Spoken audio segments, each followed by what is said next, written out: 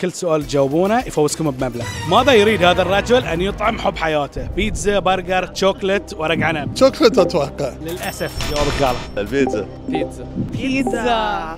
صح. حاليا عندكم 10 دينار، تكملون ولا تنسحبون؟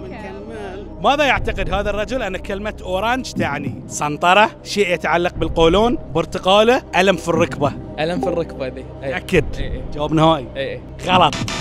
شكله يتعلق بالبطن. قولون. قولون صح. فاستو حاليا 100 دينار، تكملون ولا توقفون؟ كمل. ماذا يقول هذا الحجي بعد تناوله البطيخ؟ حلوة، حامضة، مرة، بسن؟ حمضة. لا يقول حامضة. والله كفو صح. وحاليا عندك 250 دينار.